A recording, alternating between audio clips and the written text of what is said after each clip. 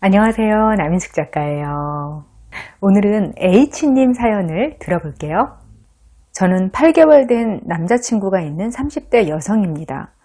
남자친구는 조건이 아주 좋지는 않지만 제가 결혼하고 싶은 성향을 다 갖춘 사람이어서 확신을 갖고 만나고 있습니다. 여유 있지만 게으르지 않고 온순하고 연인을 1순위로 여기고 주사가 없고 흡연하지 않고 리액션이 좋고 긍정적인 것 등등. 제가 이전에 겪은 연애 관계들을 통해서 필요하다고 느꼈던 요소들이 다 있습니다.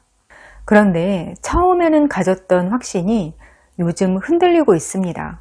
긍정적이고 밝은 편인 남자친구에게서 공감 능력이 빠진 게 보일 때가 많습니다. 그래서 정서적으로 충족이 되지 않습니다. 책임감 강하고 성실한 사람이라 관계를 위해 열심히 노력은 하는 것 같아요.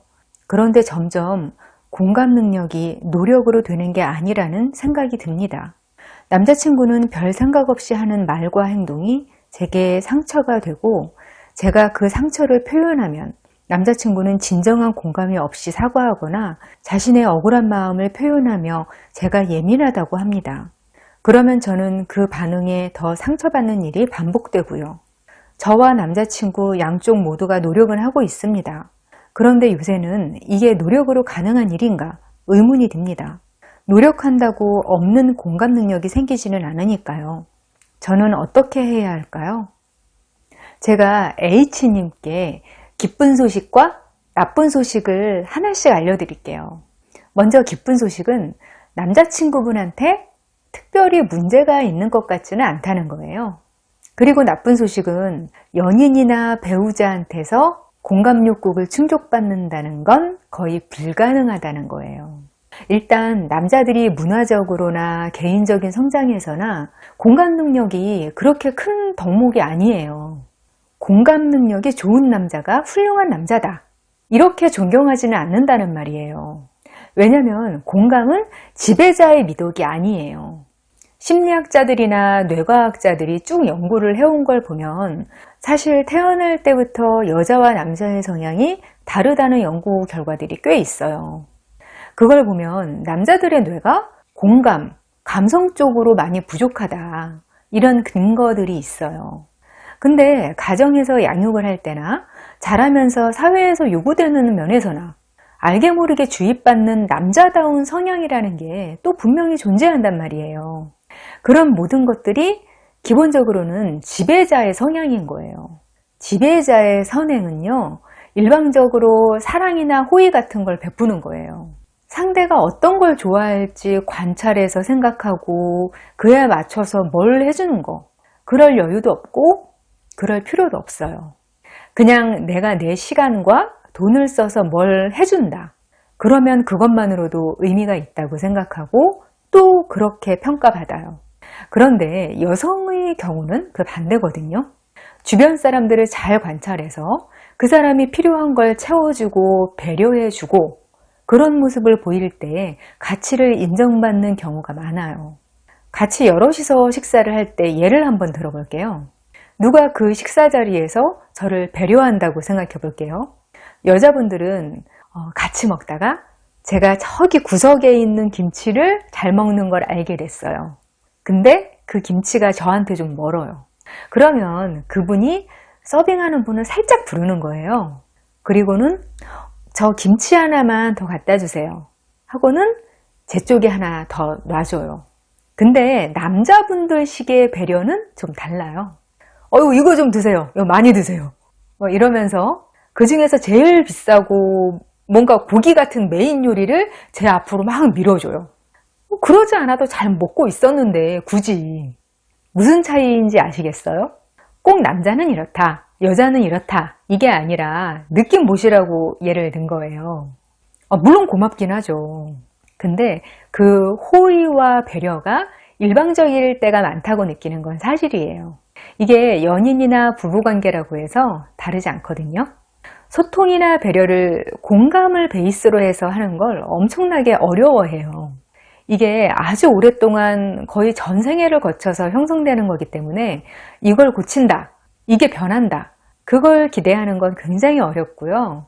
여기서 벗어나서 공감 능력을 잘 발달시킨 남성을 만난다. 이게 저는 굉장히 어려운 일이라고 생각해요. 뭐 당연히 없지는 않겠죠. 까만 백조도 있고 새끼 나는 파충류도 있는데 왜 없겠어요. 근데 저는 살면서 한 명 정도 비슷한 사람 본 게 전부인 것 같아요. 그게 제 남편은 또 아니에요. 물론 살다 보면 공감 능력이 좋은 것 같은 남성들을 만날 때도 있을 거예요. 그건 착각하기가 쉬운 게 공유하는 경험이 같은 게 많거나 공유하는 가치관이 많거나 이러면 상대방을 공감 능력이 있는 사람이라고 착각하기 쉬워요. 같이 대화를 하면 맞아 이렇게 하게 되는 포인트가 많으니까요. 근데 그게 공감 능력 있는 건 아니거든요. 오히려 경험이 다양해서 공감할 수 있는 상황이 많은 사람들이 내가 다 경험해봤다, 내가 그 느낌 안다 이러면서 자기 감정을 더 강요할 수도 있어요. 어떤 면에서나 남자친구나 배우자한테 내가 만족할 수준으로 공감 능력을 원하게 되면 반드시 실망하게 돼 있어요. 드라마에서 재벌 3세가 아무것도 없는 여주인공한테 사랑에 빠지고 외계인하고 사랑에 빠지고 이런 것만 판타지가 아니에요. 남자 주인공이 여자 주인공한테 완벽하게 공감하고 마음을 읽어서 미리 배려해주고 이런 게 진짜 판타지예요. 저는 여자한테 완벽하게 공감해주는 남자를 만나는 것보다 외계인하고 사랑에 빠지는 게 더 빠를 것 같다고도 생각해요. 그러면 어떻게 해야 되나? 이게 궁금하실 거예요.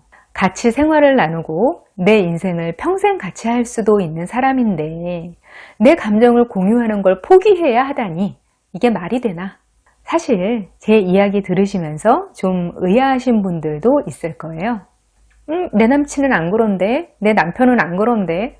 꼭 공감 능력이 있어야만 정서적인 충족을 느끼면서 잘 지낼 수 있는 건 아니에요.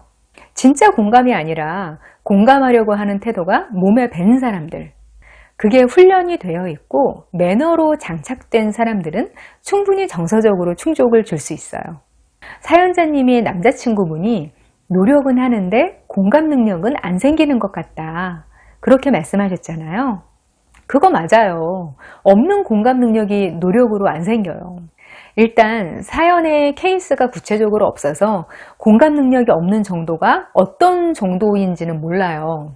만약 평균적인 걸 훅 넘어섰다, 소시오패스거나 아스퍼거 타입이거나 이런 거면 오늘 제가 말씀드린 거 다 잊어버리시면 되고요.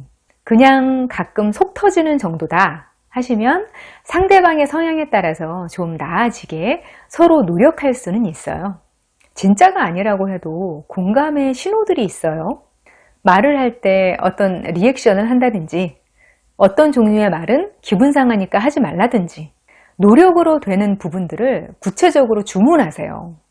그러면 공감이 되는 사람처럼 보이고 그것도 노력이고 배려니까 정서적으로 충족이 돼요. 제가 쭉 살면서 보니까 그런 면 때문에 남성들이 상대적으로 말도 안 되는 말실수를 꽤 해요. 술을 마시거나 많이 피곤하거나 집중력이 좀 떨어지는 상황에서 진짜 해서는 안 될 것 같은 말실수들을 하더라고요. 그게 이성관계건 친구건 사회적인 관계에서건 저는 너무 많이 봤어요. 그게 혼잣말이 밖으로 나오는 수준이고 너무 흔해서 이제 저는 그런 종류의 말실수로 진심을 판단하기는 어렵다고 생각해요. 그래서 한두 번 실수는 그냥 헛소리 한 거구나 생각하고 다시 안 그러게 명확하게 화를 내는 걸로 충분해요. 공감이라는 게 되게 추상적이고 상대적인 개념이잖아요. 그걸 인지시키고 싸우고 하는 게 무슨 의미가 있을까 싶어요. 내가 느끼는 감정을 존중받을 수 있는 것만으로도 괜찮거든요. 어떻게 하면 내 감정이 존중받는 기분이 들까? 남자친구에게 매뉴얼을 주세요. 나는 너와 다르다. 이러이러하게 말하고 행동해야 기분이 상하지 않는다. 그 매뉴얼대로 나름 잘 따르고 노력을 하는 걸 보고 정서적 충족이 된다. 그러면 그 관계 괜찮은 거예요. 근데 그게 진짜 공감이 되는 사람들하고의 관계하고는 또 다르죠. 그래서 한 종류의 사람한테서만 인간관계의 토탈 패키지를 기대하면 안 되는 거예요. 연애하고 결혼해도 동성 친구들하고의 관계 버리지 마세요. 남친 생기거나 결혼하면 친구들하고 연락 다 끊고 경조사도 안 가고 그렇게 하나의 관계에만 의존하면 사람이 정서적으로 많이 부족해지더라고요. 시청자분들도 이런 면들 고려하셔서 관계를 잘 배분해 보세요. 오늘 남성에게서 공감 능력을 기대하면 안 되는 이유 좀 도움 되셨나요? 구독, 좋아요로 함께 해주세요. 저와 더 깊은 소통을 원하시면 네이버 카페 어른성장학교로 오세요. 저는 다음에 다시 만나요. 안녕.